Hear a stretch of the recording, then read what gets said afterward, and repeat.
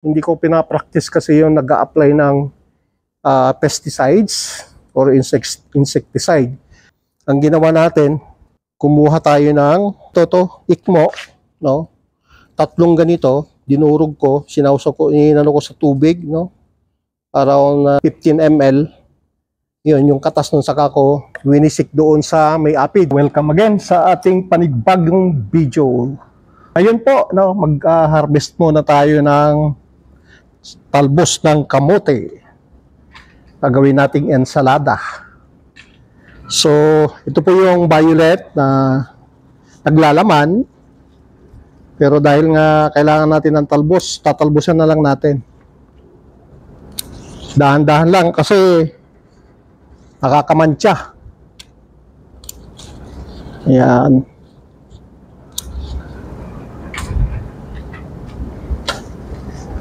Marami pong talbos ngayon dahil nga maganda yung nauulanan kasi siya ng mga ilang araw. Kaya maraming talbos.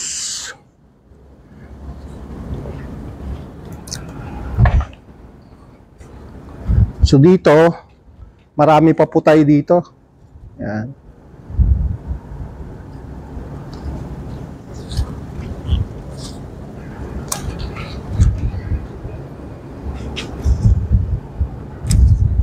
Siya nga pala, kanina naglagay tayo ng balag ng ating sitaw.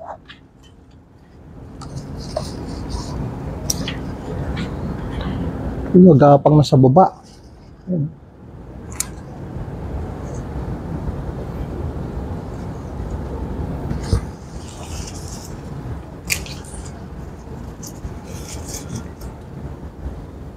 Ito, mahirap pa dikit kasi nakakamantsa. Ayun, dumikit na nga. So dito meron tayong 3. Naglalaman yung 2. Although naglalaman din po itong nabibili sa palengke. Yan. Pero maliit lang. Puti, unlike nito, itong violet, malalaki. Kasi ginawa natin dito ay laman tapos pinatubo natin. Then nung tumubo, kumuha tayo ng cuttings, saka natin pinarami. So ito yung nangyari dito sa ating pechay pala. Yung napapatakan ng tubig ulan, kaya tingnan nyo may parang na-damage. So itong hilera na ito.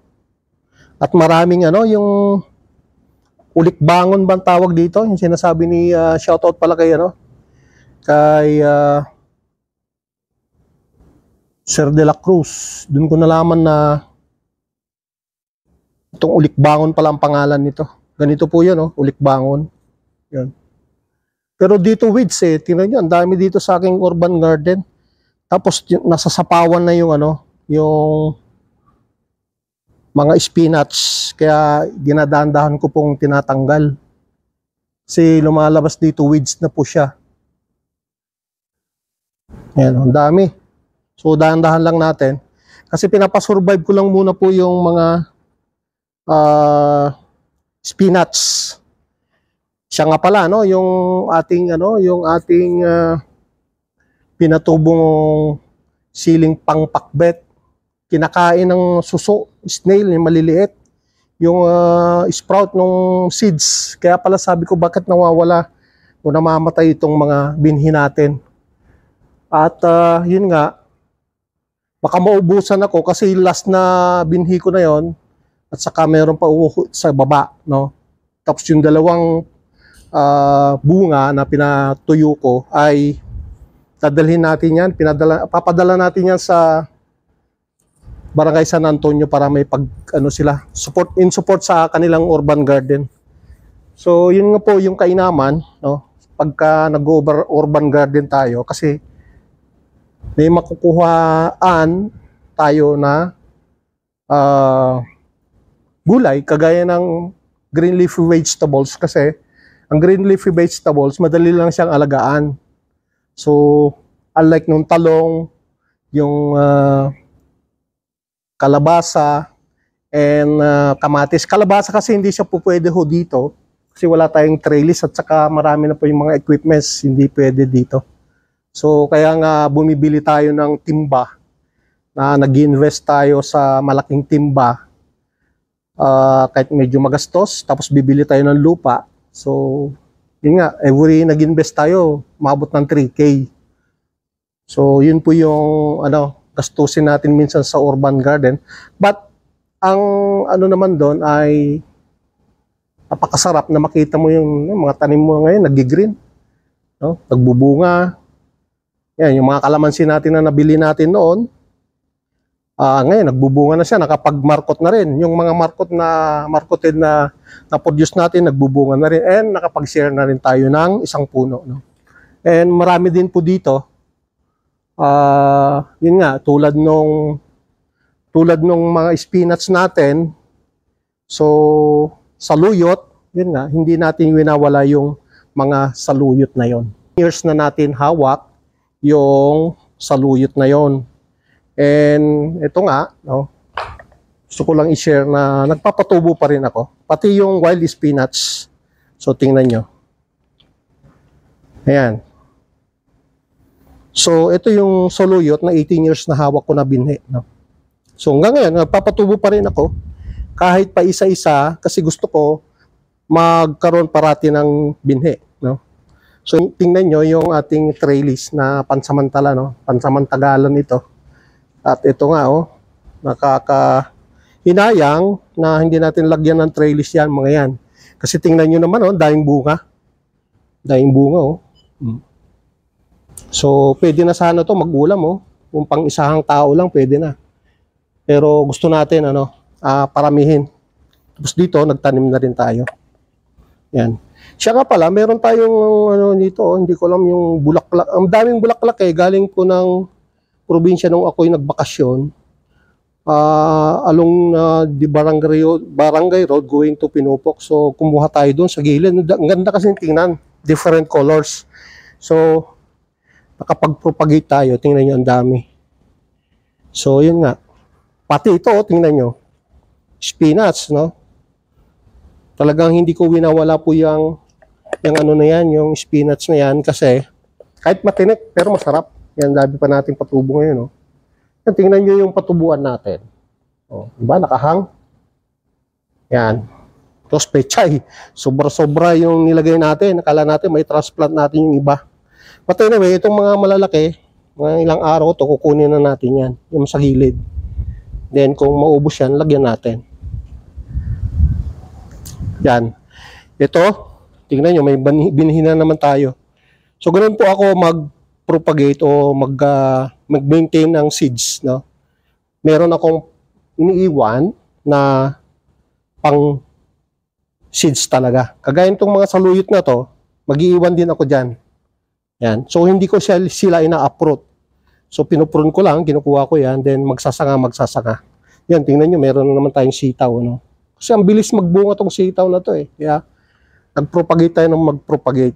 Then, subukan natin gumawa ng trellis na ganito lang, tubo. Yung hindi makakaabot sa mga tubo dyan, linya ng kuryente, so hindi tayo pwede dyan. Hanggang dito lang. Yan. Para ma-maintain lang natin yung kagandahan ng urban garden natin.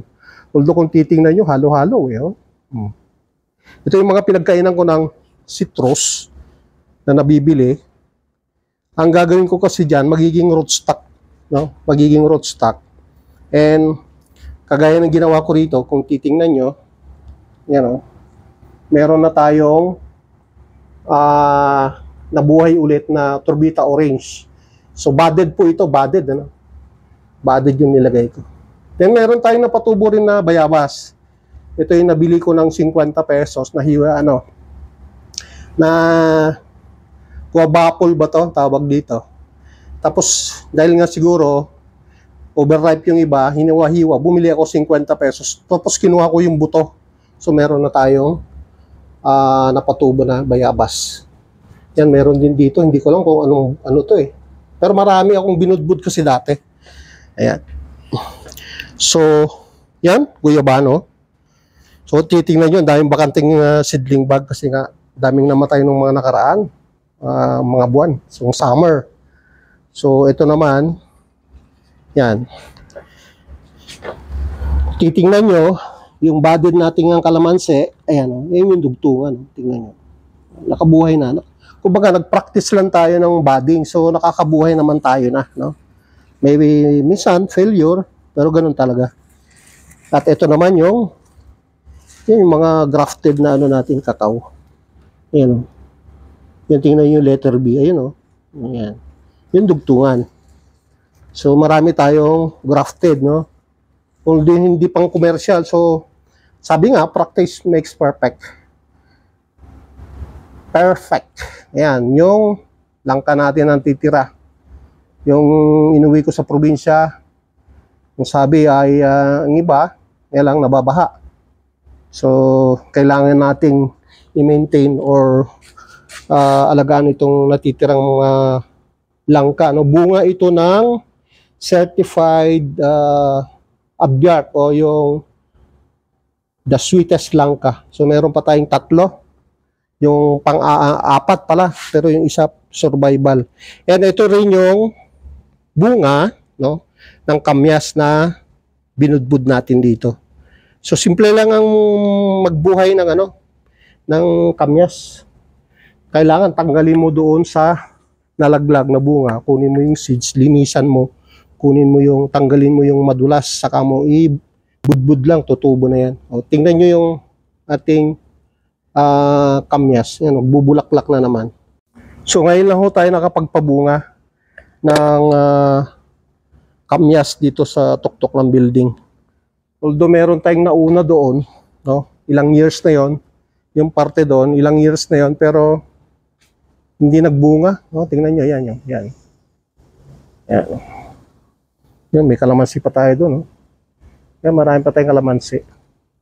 Bayabas, yan, native na bayabas. So, ito, yung kakao natin, ang nangyari kasi dito ay natuyuan, no, natuyo. Kaya tingnan nyo, namatay yung mga dating saka. So, pinagpuputol ko yung mga dapat putulin. Then, ayun nga, nag-sprout na sila. Okay? Yan. So, yung malunggay, same. Yan, marami pa rin. And tuloy-tuloy nating inalaga ng dilig. Kasi nga, para hindi masayang yung mga down-down na yan. Kasi pag hindi mo dinalagan yan ng 4 days, 5 days, mag-yellow po yan. No? Mag-yellow. Then, magpapanibago na naman, maantala ho yan. And which sayang. So, yun ang ginagawa natin, dinidiligan natin. Umakyat tayo dito pag may free time. Yan.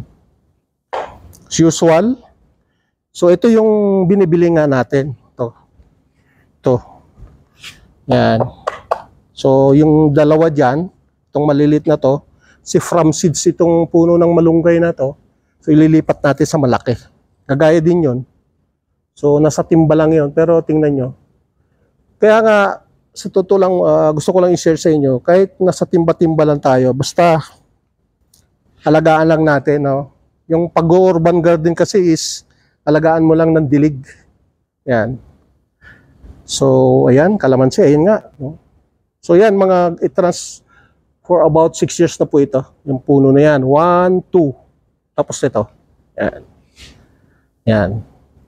Ito kasi sanga. Sanga rin yun. Ito buto. Buto to. Yan. So, ganun po natin dito sa tuktok ng building. No? Although sipag at tiyaga lang ang pagkailangan mo dito. No? Kasi kailangan mo akyatin. Minsan, kailangan mo mag-invest.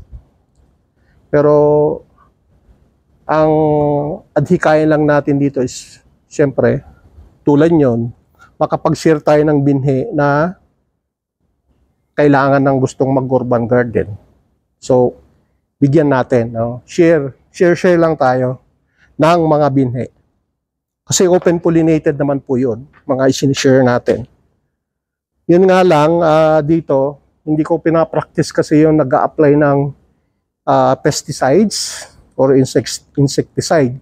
So, ang ginagawa ko minsan talaga, yung aphids pabalik-balik lang, yung white flies, ganun din. Then, ang medyo ngayon is white, aphids. Kaya kanina, ang ginawa natin, kumuha tayo ng ikmo, no? Tatlong ganito, dinurog ko, sinawsaw ko, inano ko sa tubig, no? Around 15 ml. Yun, yung katas nun saka ko winisik doon sa may apid. So, yun po yung ating ginawa ngayon at tingnan natin nga kung epektibo. So, yun yung ginagawa natin sa ating urban garden. Kaya nga patuloy po tayo na nagtatanim, hindi lang sa passion natin, pero yung mayroong kang sariling pagkain na alam mo yung inputs. What I mean is, alam mo yung nilalagay mo, alam mo yung tinutubuan niya. Hindi, tulad ko, hindi ako nag-a-apply ng insecticide. Seldom lang po kung talagang kailangan. Yun lang. Pero kung yung systemic, hindi po. No? Abono, nag-semi na rin. Ito kasi na-applyan ko na once na to. Isang beses lang, triple 14. So, yun yung ginawa natin dito. Ayoko kasi natin na yung pang-commercial na puro abono ng abono. Okay? So, ito, nakasurvive pa rin itong mga alugbati natin. Ang nakatanim dito noon ay kamote. Pero alugbati yung tumubo. So, yan. At luya. Yan, luya. Kahit saan may luya. Yung pwedeng lagyan ng luya, yan, tulad nito. Dapat nga, anihin ko na to yun. Oh. Nilalagyan ko ho ng luya. Yun. At meron pala tayong karimbuaya. Tingnan yan. Karimbuaya, yung halo sa litson. Yan. Meron tayo dito. So, ilang taon na rin tayo. Ilang taon na rin tong puno na ito. Tingnan nyo yung giant na yung Hawaiian na luya. Kakatuwa. So, hindi ko rin ho winawala yan, yung binhi na yan. So, kukuha lang ako ng tubers, tapos ililipat ko. Matagal nga lang, pero at least hindi nawawala yung ating binhi. Yan, tulad niyan. Yan, lalaki. Yan, ang laki. Yan. At ito pala, yung pagkakaiba ng liit. Ito yung F2 na itinanim ko. Yan, tingnan nyo yung bunga. Ito yung atsal o yung bell pepper. Liliit. Yan po yung tingnan nyo. Yan yung kaibahan ng sinasabi ko nga na hybrid, no? From F1, tinanim mo, yun, pagbunga malilit. Tapos hindi mo ganong nasubaybayan ng abono. So ito naman, yung lemon na matagal na tayo sa atin dito, from Bureau plant na marketed, pero hanggang ngayon hindi pa nagbubunga. So, hoping na magbunga siya, then dito tayo kukuha ng ilalagay natin doon sa orange na pinatubo natin. Okay? So, yun. Hanggang dito na lamang po muli yung video. Kaya nga ang sabi ni Kuya G, tanim lang ng tanim para may aabangang aanihin tulad nito. Babu!